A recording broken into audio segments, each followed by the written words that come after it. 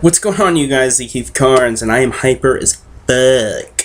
It is Monday. It is Monday, September 24th. I almost said October 20th. I wish it was October 24th. We'd be closer to Black Ops 2. Woo! Okay, it is September 24th, Monday, and kind of sad news. WWE diva, current WWE diva, former women's and divas champion, Beth Phoenix, the second woman in WWE's historic history.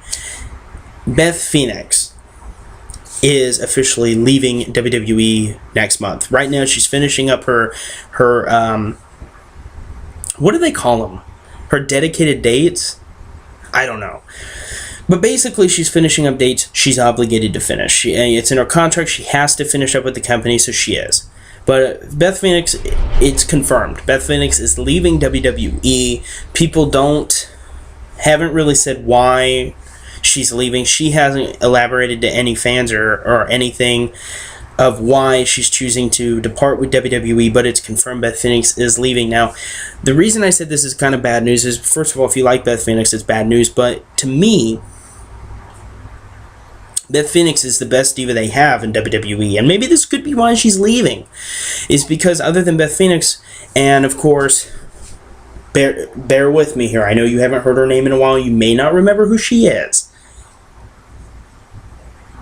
Natalya. They're the only two divas in WWE that are worth mentioning as being actual wrestlers, divas, female wrestlers. A lot of people are saying that this is a bad, but yet kind of a good thing. The reason, so it's bad obviously because Beth Phoenix will no longer be in WWE, but it could be good because it could motivate WWE to push the Divas division up again.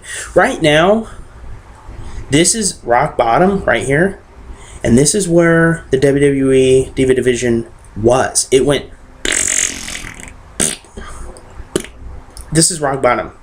It's below rock bottom. I mean, come on, guys. The Divas division is horrible right now. Kelly can't wrestle. I know they're gone, but I'm just going to mention real quick. The Bella Twins, horrible. Thank God they're gone. Layla, shitty, can't wrestle. Shitty wrestler. Who else is in the Divas? Oh, okay. Caitlyn, shitty wrestler. AJ Lee, I love her character. She's cool, but she just can't wrestle. And this is really where the WWE Divas division is. They have horrible wrestlers and what they're doing with them is they're using them as what we call eye candy. That was scary, I know, but I had to show you. It's called eye candy, and the reason they're doing this is because they're trying to get viewers' wieners to go from here to, and if you don't understand that weird analogy, I'm sorry, then I don't really think I need to go into detail. The older viewers who know what I'm talking about, you get what I'm saying. I'm sorry I'm a little hyper, so this is kind of a silly video, but I'm serious at the same time. Don't get me wrong. I mean, I think it sucks. Like I said, Natalya was really Beth Phoenix was really their best diva. I liked her over Natalya, and she was really, I think, the only remnants of people like Lita or Amy Dumas, whichever you want to call her, Trish Stratus, Tori Wilson, and I know a lot of people are going to be thinking in themselves, well, Tori Wilson wasn't that great. Yeah, she wasn't great, but she could actually have a little bit of, she had some in-ring talent. Don't take anything, I'm looking over here because I have Candice and Tori together on my wall. Candice Michelle even had some talent. Stacy Keibler had some talent. Those are women that weren't the best, but they still held their own in the ring. You got to give the devil their due. But let's face it, the best divas WWE ever had was Trish Stratus, Amy Dumas, Lita. I'm trying to think. If you want to travel way back then, you could bring in Luna Vachon, rest in peace. Vachon, I don't know how to say your last name. Oh man, I just got a really bad stomach ache. Jazz, she wasn't way back then, but Jazz is one that I think they really need to try to get back in WWE now. I don't know why she's gone. If anybody has any info of why Jazz isn't with WWE, hey, enlighten me. I welcome it. But Jazz is one that I would love to see come back. If I could have just 3 divas come back, it would be Trish Stratus, Lita, and Jazz. Those are 3 women that could seriously kick some fucking ass.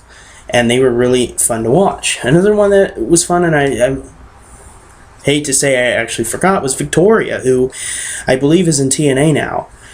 She was actually really good in the ring.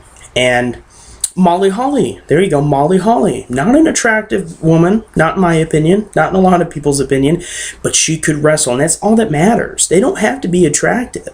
And that's where WWE is fucked up, and that's where TNA excels. TNA, they've had some very unattractive women in there, but they kick fucking ass.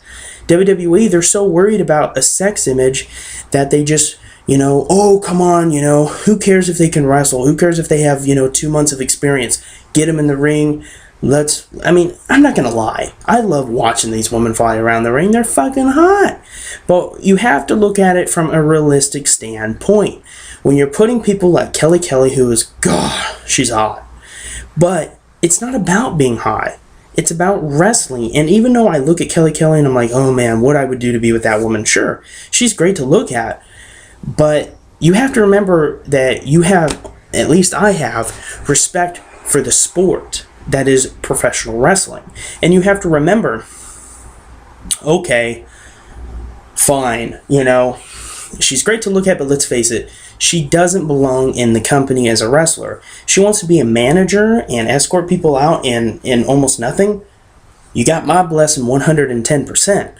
But let's face it, the Divas division is dead. They need to revamp it like they are the tag team division. And they need to do something now that Beth Phoenix is leaving. That's about it. This is the Heath Carnes. Please comment and subscribe, and I will see you guys in the next. Peace.